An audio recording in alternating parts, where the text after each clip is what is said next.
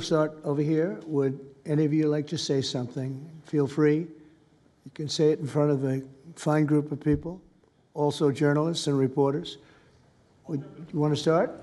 Sure. Go ahead. Absolutely.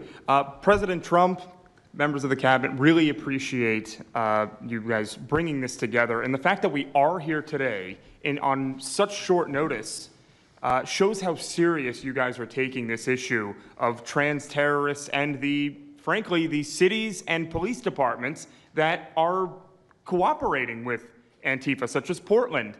I mean, the Portland politicians are literally willing to sacrifice their own citizens just to appease these Antifa terrorists. It's sickening. I've seen it firsthand, obviously. When I went to jail that night, never expected it to happen.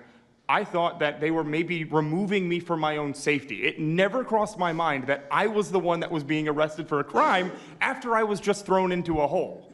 I heard from the Department of Homeland Security after I had gotten out of jail, and one of your, I won't say exactly who it was, but somebody very close to Secretary Noem over here, said that they were legitimately worried for my safety in the Portland jail. But luckily, the Portland jail was, I was the only one there, essentially, because they don't actually arrest people in Portland, besides conservative journalists, I guess. So, look, I'm glad that it was not a good night for me. Let's just say that. It was not fun sitting in that jail, but I'm glad to see what has come of it.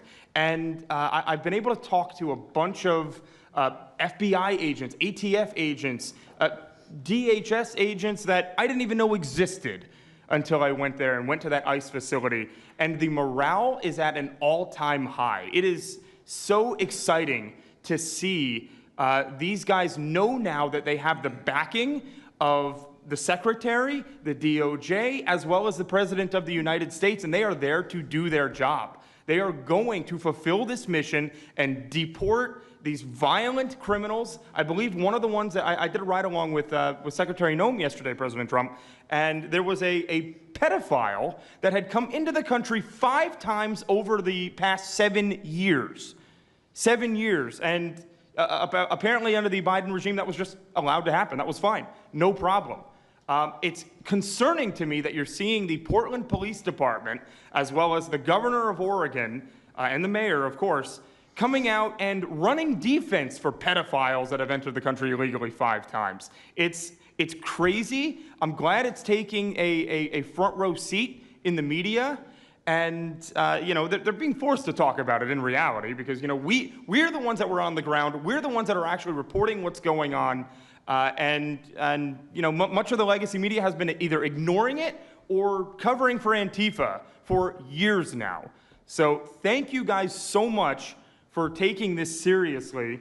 And President Trump, you mentioned that flag. So remember, you put out a truth right after That's right. I saw that. Took this flag from that man that was burning it in the street. I saw it. Do you know who he is? Oh, yeah, I know exactly who it is. So why don't you give it to Pam? Give it to the Attorney General, and let's start prosecutions. Yeah. I actually have a second flag that he tried to burn as well. So I have 2 of them from the same guy. Well, you also saw what happened when that flag started burning. Everyone went crazy. That's right. And that's when it started, when they started burning the flag. So thank you. If you could give the information, it would be great. Absolutely. And at least that horrible night made you famous. I got a text from the President of the United States, so I appreciate that. And President Trump, after that happened to Nick, I called Harmeet Dillon, and we opened a pattern and practice investigation into the Portland police very publicly as to how they let this happen.